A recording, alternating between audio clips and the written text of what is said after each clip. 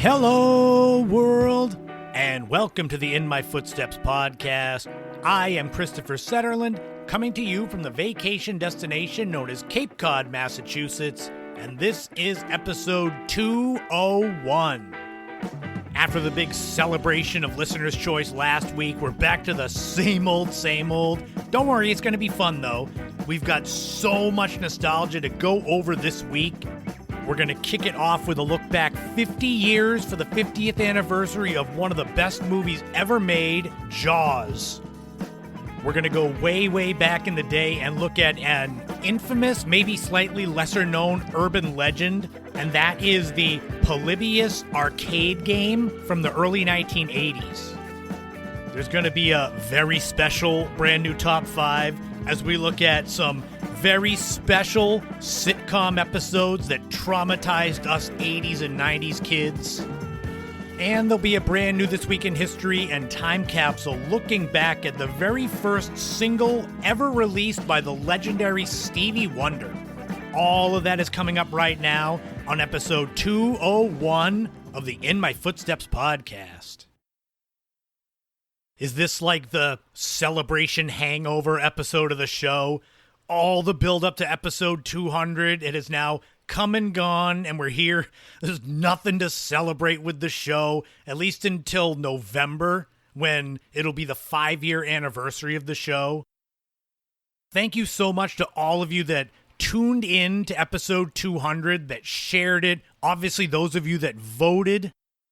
I hope it lived up to the lofty expectations.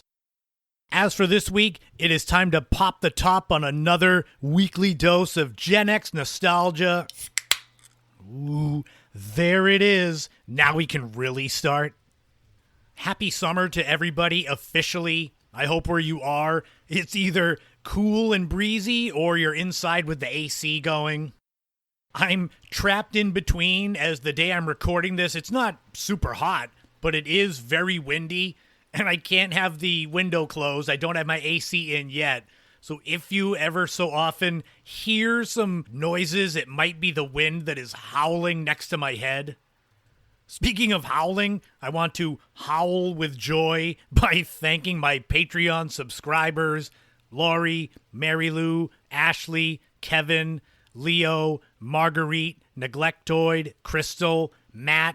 Thank you all for being some of the ones that voted for episode 200 and my biggest backers that literally put your money where your mouth is to support me, my content, my never-ending quest to be a totally self-sustaining content creator.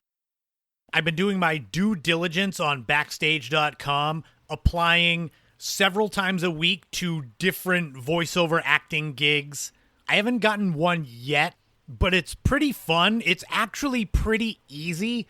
Doing this podcast has really prepped me for voiceover acting. It just takes someone to take a chance on me because I don't have any experience in that field.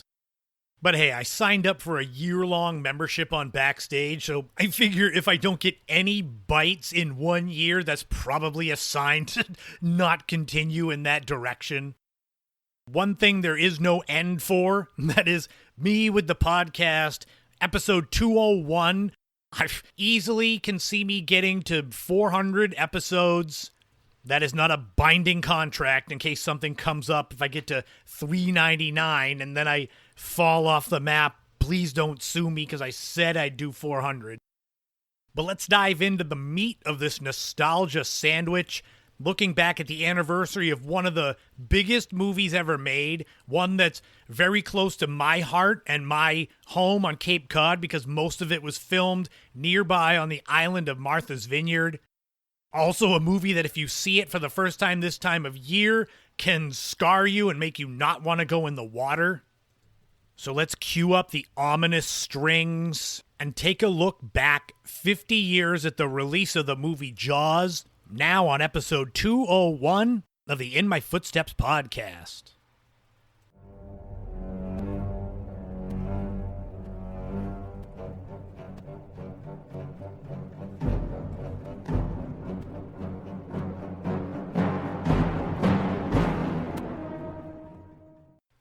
Oh yeah, just when you thought it was safe to go back in the water. Well, I guess that's Jaws 2's tagline. Anyway, 50 years ago this week was the release of the epic movie Jaws. This was the film about a great white shark terrorizing a small beach town and the world. I guarantee that there are some of you out there listening to this now that remember seeing Jaws for the first time and then looking at any body of water differently, even ones where you knew sharks weren't in there. Maybe not your backyard pool, but ponds, lakes, rivers. Although if I was a little kid and my pool was dirty enough, maybe I would think there was a shark in there. This movie, it changed the motion picture industry by basically creating the idea of a summer blockbuster, a big-time movie released from Memorial Day to Labor Day that would break all kinds of records for money brought in. Because think about it, the summer of 1975, cast your mind back before then, and think about, what do you think of the biggest films that were released before? And then think about after. You can start to put in place different summer blockbusters. Because after Jaws, you got things like Star Wars, Alien, National Lampoon's Vacation, E.T. And then later on, movies like Up, Finding Nemo, Harry Potter. The concept of the summer blockbuster originated with Jaws, and Jaws the movie originated in a 1974 novel of the same name written by a man named Peter Benchley. This book was inspired in part by a series of shark attacks off the Jersey Shore in 1916 and the stories of shark fishermen like Frank Mundus. Universal Pictures quickly purchased the film rights for $175,000 before the novel had even hit bookstores. The producers picked 27-year-old Steven Spielberg to direct the film. He had just finished directing The Sugarland Express, but he was drawn to this project not for the thrill of a monster movie, but the suspense and humor and drama like his very first film, Duel, from 1971, which, if you haven't seen Duel, it's kind of like Jaws, but the shark is replaced by this old oil tanker. If you haven't seen Duel, I highly recommend that as well. When casting the film, novelist Peter Benchley wanted more classically good-looking, I guess, for lack of a better term, actors for the film. But Spielberg chose down-to-earth, relatable performers. Roy Scheider as Martin Brody, Richard Dreyfuss as Matt Hooper, Robert Shaw as Quint. Filming of this movie was supposed to only take 55 days, but ended up taking more than 150 due to weather problems, script rewrites, and most notably, issues with the mechanical shark named Bruce, which was after Steven Spielberg's lawyer. What ended up being a happy accident was Bruce the shark was supposed to be the star of the film, but because it kept malfunctioning, you don't see the shark as much, and it adds to the terror of the movie. That minimalist approach with the score, that violin score you heard at the beginning of the segment, created by legendary John Williams, that made it more scary.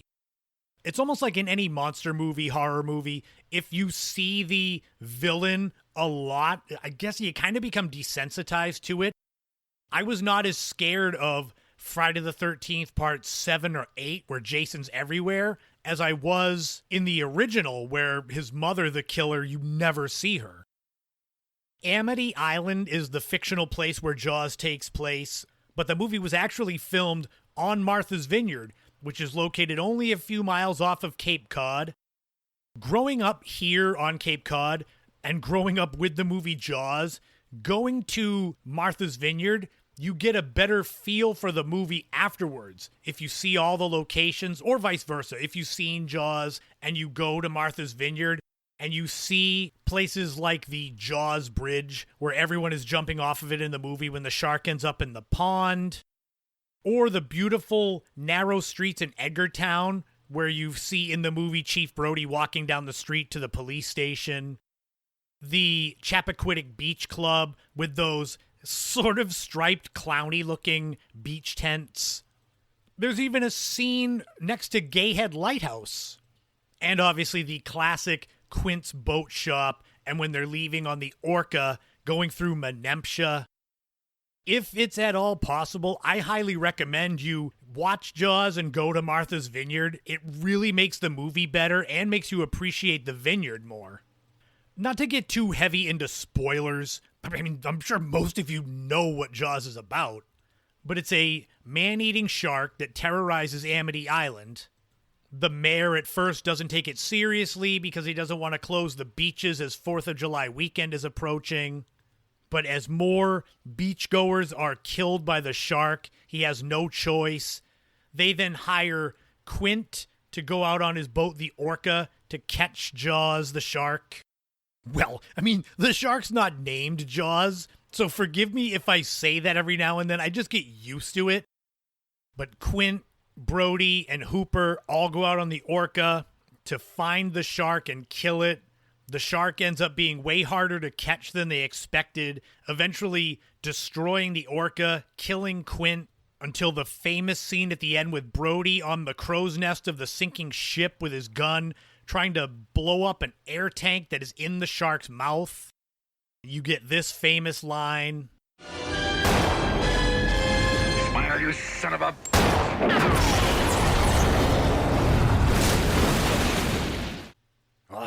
It's got to be one of the most famous lines ever in movies.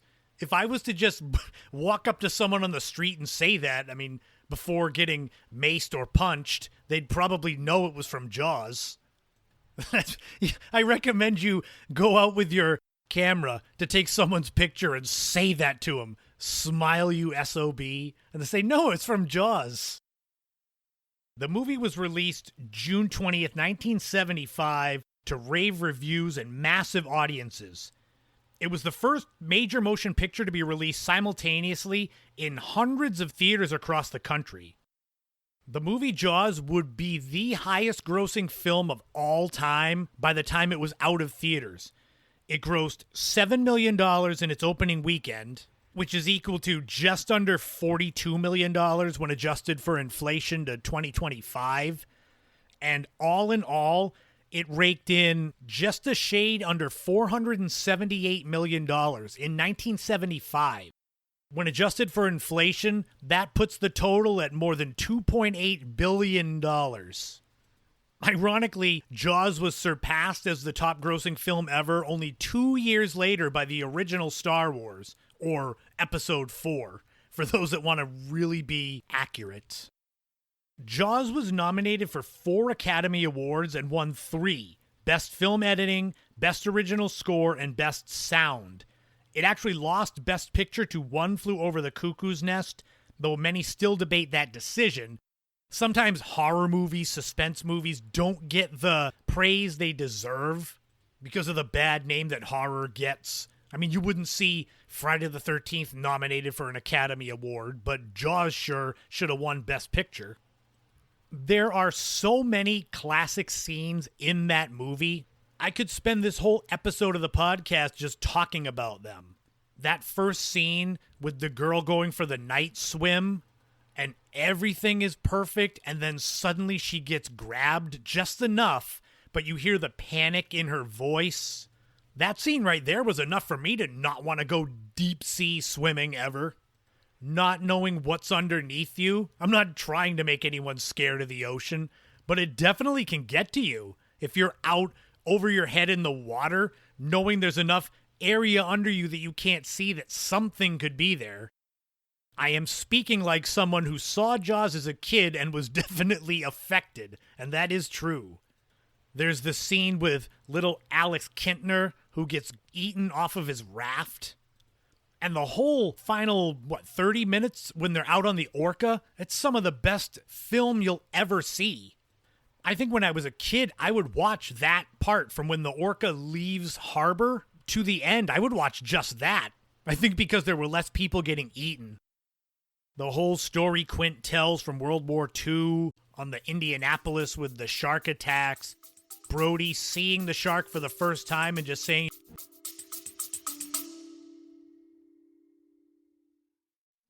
I was tired of searching for new pickleball gear that actually is good quality and performs. So I ordered the Volleybird pickleball subscription box from volleybird.shop. Every 8 weeks, I get a box full of high quality curated finds for my sport. Think a cool new top to wear on court, plus unique equipment and wellness goodies.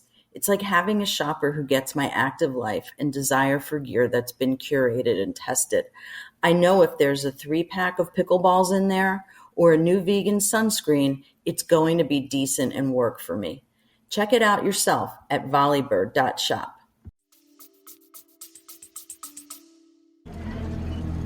You're gonna need a bigger boat. This is a film that, despite being 50 years old, it holds up so well. It has aged so well. I think part of that is because Steven Spielberg directed it. His work usually has a good shelf life. It's wild for me to think now in 2025 that when I first saw this movie in probably the late 1980s, there were no reports of great white sharks around Cape Cod, and now it's every summer. Here they are, they return.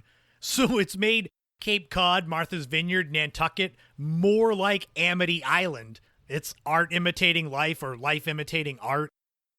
In 2018, we actually had a shark attack on Cape Cod that was fatal. I'll never forget that. A man named Arthur Medici, who was 26 years old, was bitten in the water off of Newcomb Hollow Beach in Wellfleet. He was only 30 yards offshore. It was one of those things that, yes, we knew there were sharks in the water, and yes, we knew there was always a chance that there was some danger, but until a man actually died from a shark attack, it didn't really hit home. Going back to Jaws, though, with all of that success naturally came sequels. Jaws 2 came out in 1978. That was, I think, an underrated movie. I thought it picked up right where the original left off. Because if you have one shark in your area, you likely have more than one. We know that on Cape Cod. So it only would make sense that you would have another shark story there. They brought back most of the original cast. Although they did kind of up the ante. You saw the shark a lot more. The shark got blown up by a boat at one point where the woman poured the gasoline on it and lit it on fire. The shark ate a helicopter. Well, pulled it under at least. Got electrocuted. That should have been the end. But no, they had Jaws 3D in 1983. And then one of the worst ever, Jaws the Revenge in 1987. I don't think I realized how bad that movie was when I originally saw it. I saw it when it came out, probably on HBO or something. But only when I got older did I realize just how bad Jaws the Revenge was. So here, as we celebrate the 50th anniversary of Jaws, it's seen as more than just a monster movie. It's a landmark in film history. It elevated Steven Spielberg. Think about it. He wasn't a big-name director. And then he gets Jaws, and then his resume is it's more than any other director could dream of. Close Encounters, Raiders of the Lost Ark, E.T., Jurassic Park, Schindler's List, Saving Private Ryan. I mean, I could just list his accomplishments, but I don't have time for that. The movie Jaws reshaped the Hollywood release calendar, demonstrated the power of suspense, storytelling, and innovative filmmaking under pressure when your mechanical shark doesn't want to work. Jaws will be making its return to theaters for special 50th anniversary screenings. If you're on Cape Cod in the summer, watching Jaws in the theater while you're down here, that's definitely a good part of your vacation.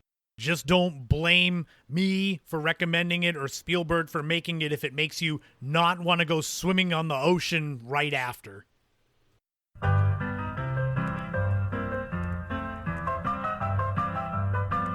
This week in history, we are going back 62 years to June 22nd, 1963, and the release of the song Fingertips, which was the first ever single by Little Stevie Wonder. I could not pass up the chance to talk about the icon, the legend of legends, Stevie Wonder. He's one of the most remarkable and influential musicians in modern history. He was a child prodigy, Little Stevie Wonder, who became a global superstar. His talent transcends genre, error, expectation. He was blind from infancy, and he was able to play all these instruments and create these unbelievable songs. Stevie Wonder was born Stevlin Judkins, which was later changed to Stevlin Morris, on May 13th, 1950 in Saginaw, Michigan. It was complications at birth resulted in a condition called retinopathy of prematurity, which left him blind shortly after birth. Despite this, Wonder displayed extraordinary musical ability from a very young age. He taught himself to play the piano, harmonica, and drums. Yes, he could play the drums. And he did all of this before the age of 10. I thought I did good stuff by being in the top 1 percentile of the testing that we did as kids. Back when I was 8, 9 years old, I couldn't imagine having to learn to play piano and drums. Stevie Wonder was discovered by Ronnie White of the Miracles at age 11 and soon was auditioning for Motown founder Berry Gordy. He was given the stage name Little Stevie Wonder, and then it was on June 22nd, 1963 that he released his single Fingertips. It went to number 1. It made him the youngest artist ever to have a number 1 song at the time. What makes Stevie Wonder exceptional, it's not just his ability to perform despite being blind, it's how he redefined what a musician could be. He has complete command over his instruments, his songwriting. He pioneered the use of synthesizers in pop music, particularly in his 1970s albums. He was known for playing nearly every instrument on his recordings. Go back and listen to Stevie Wonder's hits of the 70s and realize that most of those instruments are played by a man who cannot see them. Despite not being able to see, Stevie Wonder possesses a combination of a perfect ear, emotional depth, technical skill, and social insight. Much like a few minutes ago where I said I could just list all of Steven Spielberg's films, I could list all of Stevie Wonder's hit songs and just go on forever. There were massive hits like Superstition, Sir Duke, Isn't She Lovely, I Just Called to Say I Love You, Higher Ground, Living for the City, You Are the Sunshine of My Life. Some of my favorite Stevie Wonder songs are his lesser-known ones. I highly recommend Love's in Need of Love Today, Knocks Me Off My Feet, Overjoyed, As. Think about the fact that we're going back 62 years to Stevie Wonder's first hit song, and he's only 75 years old now. He influenced so much of what is popular today in R&B, pop, funk, hip-hop. Stevie Wonder inspired Prince, Michael Jackson, Alicia Keys, John Legend, Beyonce, Pharrell Williams. You name them, Stevie Wonder is one of their influences. All in all, Stevie Wonder has sold more than 100 million albums. He's won 25 Grammy Awards. He's in the Rock and Roll Hall of Fame. His legacy as a performer, songwriter, cultural figure, it's all undisputed. And in the words of Stevie Wonder himself, quote, "Music, at its essence, is what gives us memories. And the longer a song has existed in our lives, the more memories we have of it." And Stevie Wonder's first single ever, Fingertips, was released 62 years ago this week in history.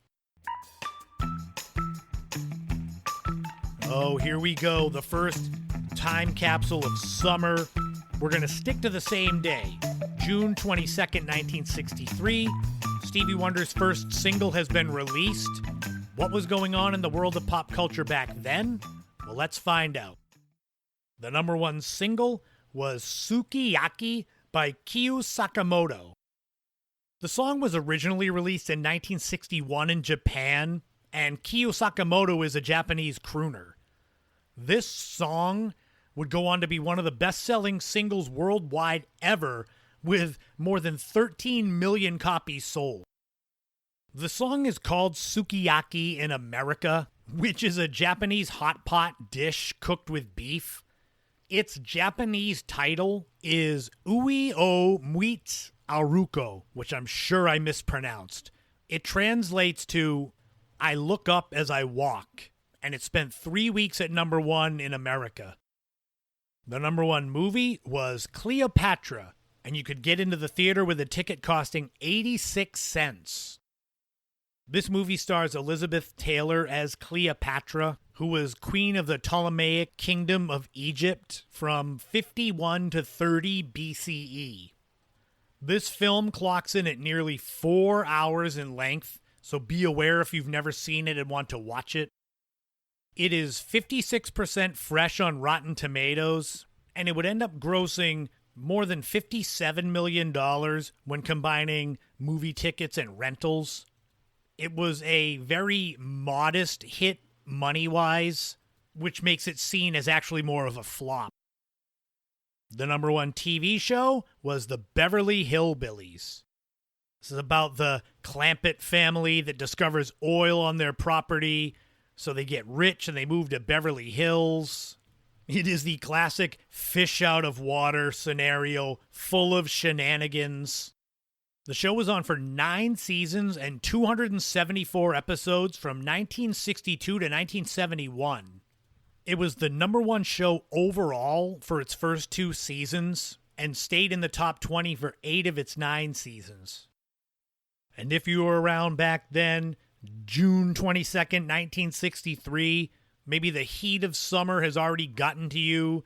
You can't afford an AC unit, but you want to keep yourself and your kids cool. Well, I got something for you. Fresh out of the Sears catalog. An above-ground kiddie pool, 8 feet in diameter, triple wall strength in case kids go diving into it. There's a slide so you can slide into the pool. In the pictures, the kids look like they're having a lot of fun, even though it's maybe twice the size of a bathtub. You can get this pool for $23.88, or about $250 when adjusted for inflation to 2025, so that's not a bad deal. Of course, it doesn't come put together, so there is that part of it that you've got to put together, so don't mess that up. But that'll wrap up another time capsule, another This Week in History. Now the mood is about to change. If talking about Jaws didn't traumatize you, well, my 70s, 80s, 90s friends, I'm about to traumatize you even more with the brand new top 5 as we look back at some of the most well-known, quote-unquote, very special TV episodes coming up now.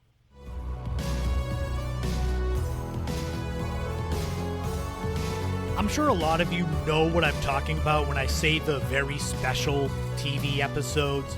For those of you that are younger, or those of you that might not remember, the quote-unquote very special episodes, these were the typically sitcoms would have a way more serious and intense episode, and these would usually start off with a warning, maybe. So I'll even start with a warning. A lot of what I'm going to talk about, these issues are very serious. I will do my best to keep it as light as I can, but it's going to be hard with some of these. This is one of the top 5 where I had to go dig deep and go back and watch some of these episodes. Some of them brought back traumatic memories for myself, where you're expecting a show with all the laugh track and funny, high-energy, low-risk plots on these shows, and then suddenly you get hit with stories of drugs, alcohol, abuse, neglect. When you're a kid, you're not ready for it, and it definitely can stick with you. As with most of these top 5 lists, I have some honorable mentions, and the top 5 itself is in no particular order. You'll be able to find most of these episodes online if you want to watch them to remember, but I'm sure there are some of these you probably don't want to go back and see. So let's start this list off with the honorable mentions. So here we go. Honorable mentions for the most memorable, very special TV show episodes include Wesley's Friend from Mr. Belvedere. This is from season 2 in 1986, where Wesley's friend Danny gets pulled out of school because he has transmitted the AIDS virus through a tainted blood transfusion. Another honorable mention is the uh-oh feeling from the TV show Webster.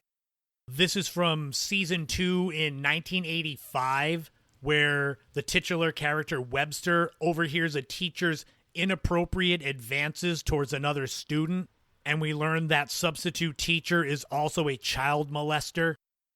There is Shape Up, an episode from the show Full House. This is from season 4 in 1990, where DJ develops an eating disorder before going to a pool party trying to lose weight on a crash diet. Another honorable mention is the Bicycle Man from the show Different Strokes. This is from season 5 in 1983. The kids befriend an owner of a bicycle shop, and the man turns out to be a pedophile. This is the show, the episode that started the quote-unquote very special episode trend. And the final honorable mention is Cherry Lifesaver from the show Punky Brewster. This is from season 2 in 1986 when Cherry gets stuck inside a refrigerator and they need to perform CPR on her to save her life. So those are the honorable mentions. Do you remember any of those traumatizing you as kids? We covered a lot of serious subjects there, but let's get into the actual top 5, starting with number 1, the episode Mother Simpson from The Simpsons. This is from season 7 in 1995. It is the episode where Homer fakes his death by throwing a dummy off a cliff into the water and it gets stuck in the gears of a dam. He fakes his death so he can just go have fun. It is in this episode that Homer's mother shows back up. She had left him when he was a child, but Grandpa Simpson, Homer's dad, had said his mother was dead. Glenn Close plays Mona Simpson, Homer's mother, and they get to reunite, and it's this great feel-good moment, feel-good episode. But it turns out the reason that she had abandoned Homer was that she and a group of hippies were protesting germ warfare and they destroyed Mr. Burns' lab. And once she's back around, Mr. Burns recognizes her and the FBI comes after her. And it ends up where she has to leave again right after Homer has gotten to reunite with his long-lost mother and she again has to abandon him. This was one of those subtly traumatizing episodes because there's still so much funny stuff in it, but it's the idea of thinking someone close to you has been dead forever and they come back and you get to reunite only for them to be taken away from you again. Number 2 is an episode entitled Sick and Tired from the Golden Girls.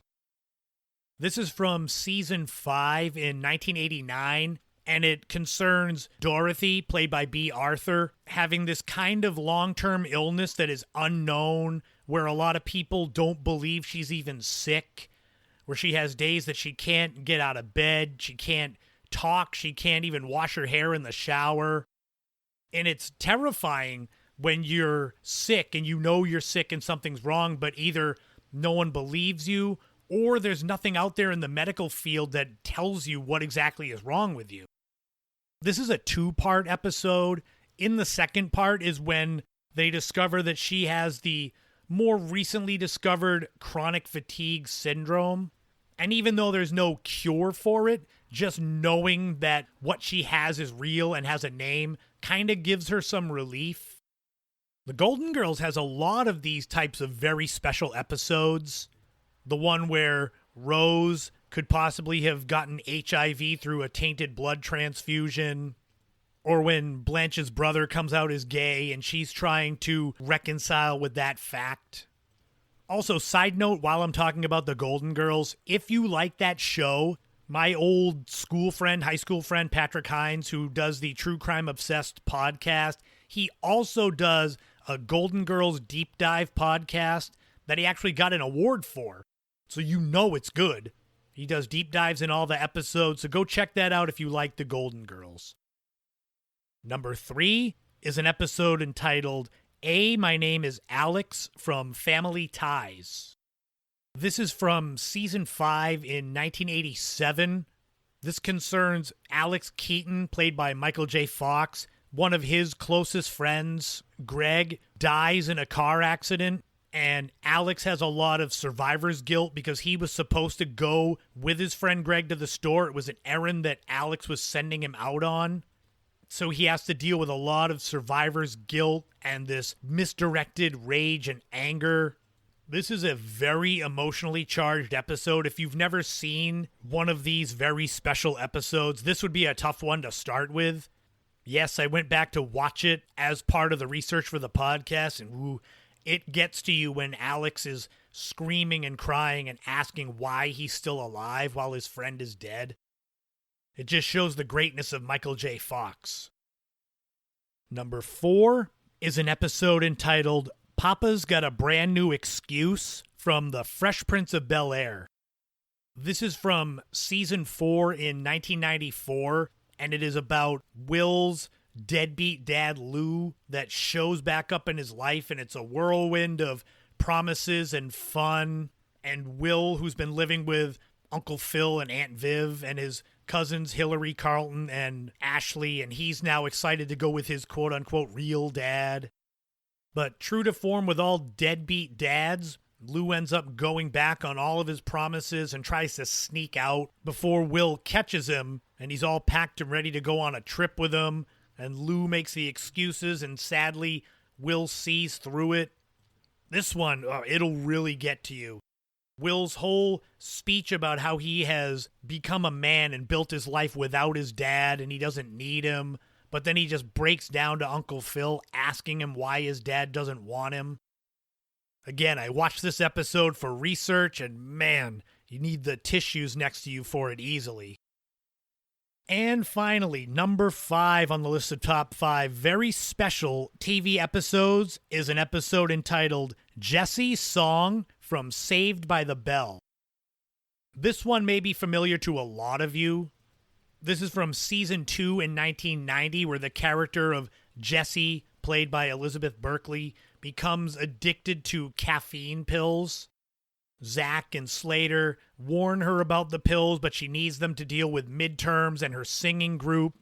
It has the now very meme-worthy scene of her singing "I'm so excited" and then breaking down and saying "I'm so scared."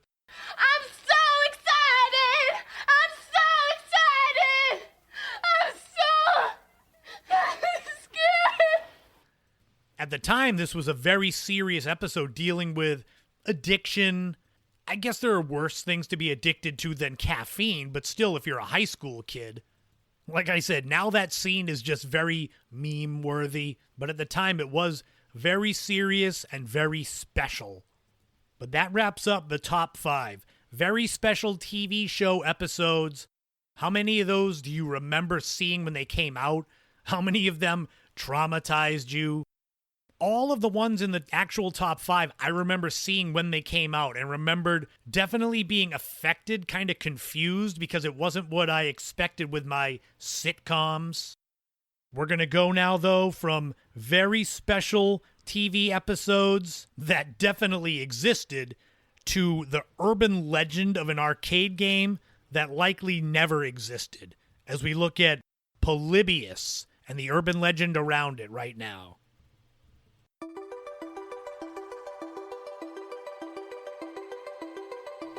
When I was a little kid in the early to mid 1980s, that's when the heyday of the video arcade was going on. Kids that were older than me, 8th grade, high school, they'd be spending a lot of time on the weekends wasting away at the video arcade trying to get as many quarters as they could. You had the legendary games like Pac-Man, Q*bert, Dig Dug, Donkey Kong, Galaga, Spy Hunter. I could name tons. There were all of these games that you'd go in there and you just see them lined up with the title at the top of the big arcade cabinet. We all had our favorites. But in the midst of all these games that we knew and loved and played on regular rotation, there was also a name that floated around on the outskirts and the dark corners of the video arcades. There was this urban legend of a video game that was so addictive that it actually affected you mentally. It was a game that caused issues with you physically. What we're going to do now is we're going to take a deep dive and look into this urban legend, and that is the game known as Polybius. The synopsis of this urban legend deals with a mysterious arcade machine that appeared briefly in Portland, Oregon in the early 1980s. This game, named Polybius, was an addictive game that caused intense psychological and physical effects in players and was allegedly monitored or even controlled by shadowy government agents. There's a reason why I don't remember this urban legend as a kid, and the reason why is that it didn't gain widespread attention until the early 2000s. So, I kind of make the joke that in the arcades in the 80s there were whispers about this game. There may have been, but nothing like when a user named Cyber Yogi or other similar aliases posted on forums like coinop.org and later Game FAQs about a strange game that had briefly appeared in the arcades around Portland in 1981. Maybe some of you out there who are a little older than me that frequented video arcades in the early to mid 1980s heard of the Polybius legend. I grew up on Cape Cod, so maybe it didn't trickle down to where I live. These early internet postings described Polybius as a game that was so mesmerizing and psychologically intense that it caused strange side effects in players. These included amnesia, insomnia, night terrors, hallucinations, seizures, and even suicide. Even more creepy than the possible side effects was the report that the game was supposed to have been monitored by men in black who came to collect data from the machine rather than quarters. This was implying that the game was part of some kind of government experiment, possibly involving mind control or psychological warfare. The game's title, Polybius, further fueled speculation. It shares its name with a real historical figure named Polybius, who was a Greek historian that lived in the 2nd century BCE and was known for his writings on cryptography, secret codes, and government control. The connection seemed almost too perfect, which added a layer of academic eeriness to the tale. For any urban legend to have legs, it's got to have things that could be plausible or feasible. And it's even better when it's connected with things that are real, like a real Greek philosopher, historian. Legend has it that the Polybius cabinet looked just like any other standard early 80s arcade machine. The difference was the interface was stark and futuristic. The game itself was described as a mix between fast-paced puzzle elements like Tempest or Asteroids and hypnotic visuals resembling subliminal messaging or fractal patterns. It allegedly used vector graphics and pulsing rhythmic sounds that entranced players. Some accounts claimed that after only a few plays, kids would become obsessed, even addicted, and start to suffer from strange ailments. Others reported that players experienced memory loss or developed an aversion to video games entirely. As you go deeper into the urban legend, there were some stories that even claimed that Polybius could tap into the subconscious, creating dreamlike or nightmare scenarios that continued long after the player left the arcade.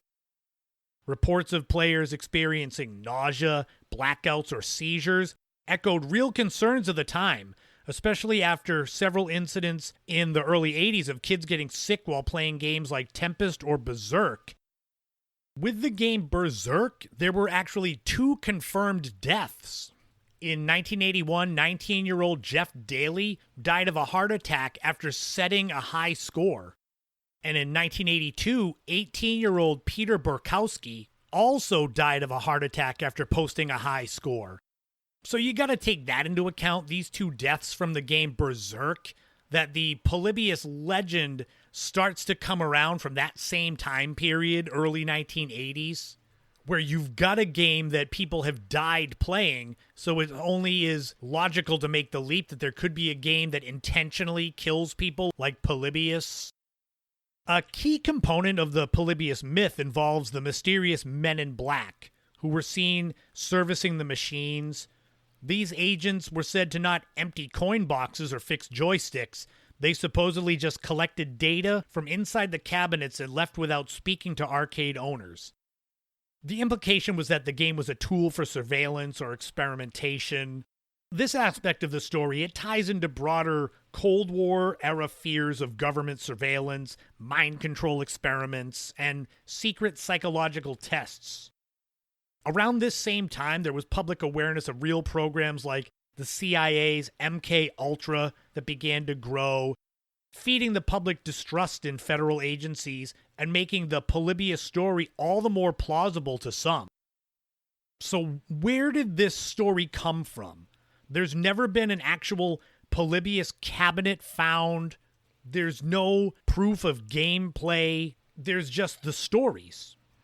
There are several factors that might have contributed to the creation of the Polybius legend. Government conspiracies, MK Ultra, because this program, it experimented with mind control, hypnosis, psychoactive drugs on unwitting citizens. Like I mentioned a minute ago, the deaths from the game Berserk. There was also, in 1981, a teenager in Portland collapsed after playing the game Tempest for 28 hours straight. That same year, the FBI reportedly raided several arcades in Oregon to investigate illegal gambling or software tampering. So you start to see where these things get mixed together, where the Polybius legend could come from. Some versions of the urban legend claim that the Polybius game was created by a mysterious German company called Sinneslöschen, a name which roughly translates to sense delete or sensory deprivation. Now, no such company has ever been found in corporate records, but the creepy name lent authenticity to the Polybius story. But we've been going on and on about the urban legend for several minutes here. Let's get to the reality. There has been no verifiable evidence ever that Polybius existed. No cabinets, no ROM files, no company records, nothing but the story, the urban legend. Most people agree that the story likely originated as a hoax, a creepypasta-style tale, or even a satirical post that snowballed into a widely believed urban legend. The first online mention of Polybius is generally traced back to 1998 on the website coinop.org. The entry was likely meant to be a joke or fictional submission. However, as the internet's reach and nostalgia for early gaming grew, so did the legend. It was only bolstered by eerie photoshopped images of a Polybius arcade cabinet and then quote-unquote interviews with people claiming to remember seeing or playing the game. Even today, people occasionally report having vague childhood memories of the game, despite the total lack of physical evidence. It's one of those things, like I said, I have no memory of this urban legend as a kid. That doesn't mean it wasn't out there. Despite all of that, Polybius has become a permanent fixture in pop culture. It's been referenced in TV shows like The Simpsons, Loki, American Horror Story. Now today, developers have actually created several playable versions of Polybius based on the legend. One of the most notable is the 2017 VR game by Llamasoft, created by legendary game designer Jeff Minter. Polybius remains a popular subject in forums dedicated to gaming lore, creepypasta, and unsolved mysteries, with some believing it was a real project and that all traces have been deliberately erased. So where do you stand on Polybius? It's a fascinating case of modern folklore, an urban legend born out of real fears and embellished by the internet's ability to spread stories faster than ever before. Whether or not the game ever existed in any form, its story taps into something deeper. The intersection of nostalgia, paranoia, the mysterious early days of the digital age. It is highly likely that Polybius never existed as described, but like all good urban legends, its power lies in the mystery. Polybius, the game that never was, remains one of the most iconic and haunting legends of the video game era. An urban myth as addictive as the game itself was said to be. But until next week, that will wrap up episode 201 of the In My Footsteps podcast. That is not an urban legend. Thank you all for tuning in to the first episode of summer. Thank you for making it to the end. I hope you enjoyed your weekly dose of Gen X nostalgia. The train's going to keep rolling next week with episode 202, and boy, do we got some good stuff. We're going to look at 1995, the year in music, part 2, the second half of the year. And we're going to look back 40 years for the anniversary of one of my favorite movies of all time, Back to the Future. I mentioned Michael J. Fox's greatness when I talked about the very special TV show episodes. Well, Back to the Future, at least in my opinion, that's his magnum opus. So come on back next week for a brand new episode. If you enjoy me, if you enjoy my content, you can become a subscriber on Patreon for $5 a month. You get access to bonus podcast episodes, access to the remastered Without a Map live streams, early access to YouTube videos. I'm thinking I might do more polls, voting for things on episodes, where you who are the subscribers on Patreon have a little more input, because I like it. I want it to be more interactive. I have hundreds of topics that I can put into my episodes, and I think you'll enjoy most of them. I wouldn't make a show that I didn't think you'd like. That would be just foolish, like some kind of statement, making an anti-podcast. It would be like creating the podcast version of Lou Reed's Metal Machine music. That was his 1975 album that was just like machine noises, no music or anything. I'll just make a podcast with my fan blowing into the microphone for an hour. You'll be waiting for something and be like, what the hell waste of time was that? No, I wouldn't do that. I enjoy making this too much and sharing a lot of classic nostalgia with you. I wouldn't create an episode to make some kind of artistic statement. Special birthday shout out to my old friend Megan. We go all the way back to the mid-1990s, coming up in the restaurant industry together. Tons and tons of wacky stories from the restaurant days, tons of fun memories, loads of fun concerts. She's truly one of the hardest working and most determined people I've ever met. It's interesting how a lot of my motivation and my work ethic comes from friends and family and what they've done, and not some rando celebrity, which I guess is a good thing, that if you have people in your own life that inspire you and you don't have to go looking through the pages of magazines and such. So happy birthday to Megan. Hopefully you get some time to enjoy it. I know you work a lot. Maybe you can distract yourself with next week's show for an hour. So yeah, it's officially summer. What are you doing on your summer vacation? I've got a note on my phone with a list of things that are my plans for the summer, because you know I cannot rest. I've mentioned trying to get voiceover acting gigs and applying for those. It's also anticipating my first acting role being released where you can actually watch it. I now have an IMDb page. If you go and look me up, there I am. I'm also going to try to finish and officially release, self-publish my 10th book, which is a Cape Cod history anthology, with all of my spinning plates that I have that I call my life. No surprise that I forgot about that. I'll keep you updated on that if it becomes available as a paperback. I mean, it will. I just have to do it. There's no magical fairy that comes along and does my work for me. It's me all on my own. So everything you see and hear, from this podcast to all the Patreon content, all my blogs, Initial Impressions 2.0, all my YouTube videos, anything that might come up with acting, it's all me. I'm a one-man show. Visit my homepage, ChristopherSetterland.com, if you're interested in any of my 9 books so far, maybe a 10th coming soon. And above all else, lean into the things that make you happy. Favorite foods, favorite places, favorite podcasts. Maybe you can take this show with you to the beach or walking in the forest, enjoying the scenery.